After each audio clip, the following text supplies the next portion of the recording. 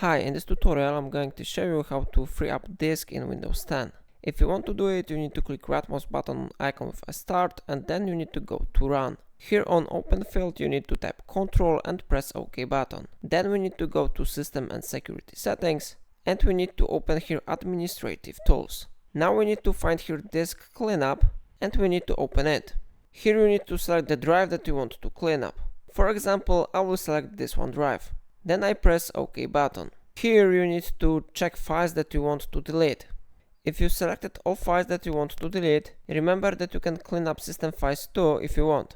After that, I recommend you to click OK button. You will see this one information. Are you sure you want to permanently delete these files? If yes, you need to click delete files button. And after a moment, your disk will be successfully cleaned up. Okay, so that's all for today. If I helped you, remember to like this tutorial and subscribe my channel and let me know in comment if this video solved your problem.